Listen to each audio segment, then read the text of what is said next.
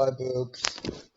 Oh, I said Cyborg a bit weird there. Chris Cyborg will always be one of my favorite women fighters, and this is why she gets another first round knockout over Kat Zingano.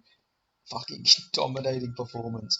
You know, Kat Zingano, credit to her, she was tough in this fight. She was trying anything to try and get that fight to the ground, but Chris Cyborg, too strong, too powerful, and she couldn't do it. But all respect to Kat Zingano, she was trying to fucking get a dog. She was trying to fight. You know, she was a dog in there. Like I'm not gonna lie, she was trying her hardest, but you know, fucking Chris Cyborg just has some different level power compared to all these other women.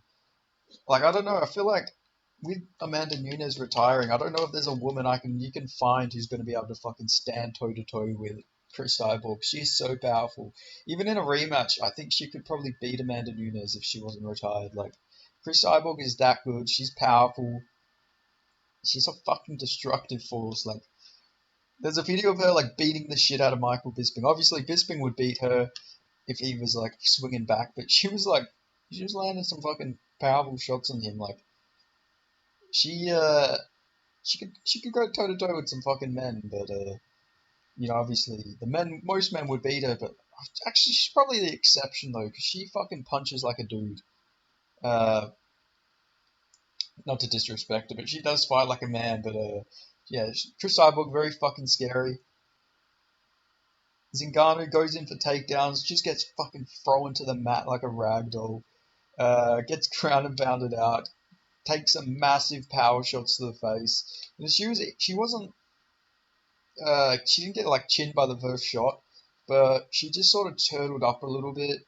You know, she did the Anthony Smith Lionheart pose, I guess you can say. But yeah, just put a beating on Kat Zingano, and yeah, it looked like I think Zingano went out or something because she stopped moving. She literally wasn't moving when she was eating these shots, so I think she might have went out to them shots. But yeah, dominant performance from Chris Cyborg. These two had beef as well, so Cyborg settles it. You know, Kat Zingano beat Amanda Nunes back in the day, and Zingano just got ran through by Chris Cyborg. You know, obviously, like the commentators saying MMA math doesn't work, and there you go, there's a good example of it. But fucking hell, Chris Cyborg, man, she is scary. Even at like 37 years old, she's still scary. I'd favor her against most of the women's bantamweights. I know she's a featherweight, but there is no featherweight division. But you know, if there was a featherweight division in the UFC still, you know, she would destroy Norma Dumont. She would destroy oh, what's that chick's name? She's a boxer. She's like a Danielle Wolf. She would beat Danielle Wolf. Just remember that off the top of my head. Didn't even have to look that one up. Yeah, she would like destroy Wolf in there. Like she would fucking put a bad beating on her. Who else is there? Is that it? I think that's all the featherweights. She would have beat that Dos Santos, was that her name? The French chick who lost on the Paris card. She would have beat her definitely. So yeah, you know, Chris Cyborg would still be running through the featherweights to this day. Hopefully, he can get Kayla Harrison versus Cyborg in the future. That'd be cool. Or the one who beat Kayla Harrison. That'd be cool as well. But yeah, fucking. What else can you say? Chris Cyborg is a monster, and I don't think anybody in Bellator is going to beat her. I think she can just happily beat the shit out of all these women until she's about 45 before she'll eventually lose. So she could just make all the money in the world just beating up all these women. And it's smart. Why would you not? Why would you not? If you can just get a free legacy just beating the shit out of all these Bellator fighters, why not do it?